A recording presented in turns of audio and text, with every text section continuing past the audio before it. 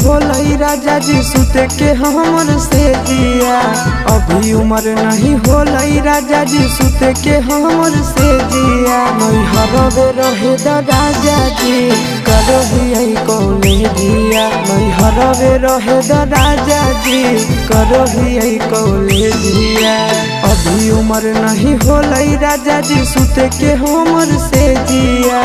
अभी उम्र नहीं होलई राजा जी सुते के हमर से जिया। नहीं हरवे रहे द राजा जी करही कॉलेजिया। नहीं हरवे रहे द राजा जी करही कॉलेजिया।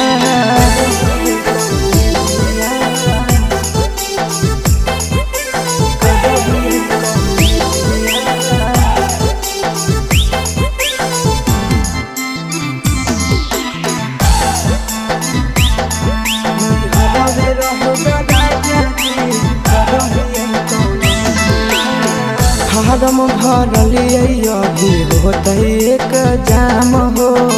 कुछ दिन यौरी पिया घर तनी दम हो। ए राजा फारम भरलिए अभी होते एक जाम हो। कुछ दिन यौरी पिया घर तनी दम हो। हमारा तो सबके पिया नहीं है नवाले जिया।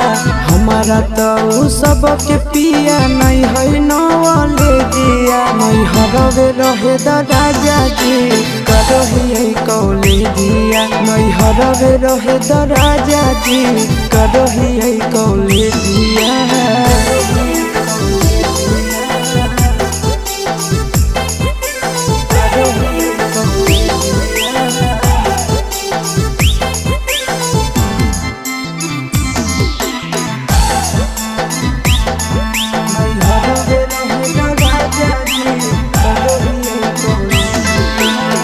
छोड़बै नहीं पापा के पैसा लागल है बड़ी। पीरिन सब प्रिया पढ़ाना भी है जरूरी। राजा छोड़बै नहीं पापा के पैसा लागल है बड़ी। पीरिन सब प्रिया पढ़ाना भी है जरूरी। कुछ दिन आशीष पिया यौरी करिल पर हे जिया। कुछ दिन आशीष पिया यौरी करिल पर हे जिया। नहीं हरवे रहे द राजा जी करही कॉलेजिया। नहीं हरवे रहे द राजा जी करही कॉलेजिया।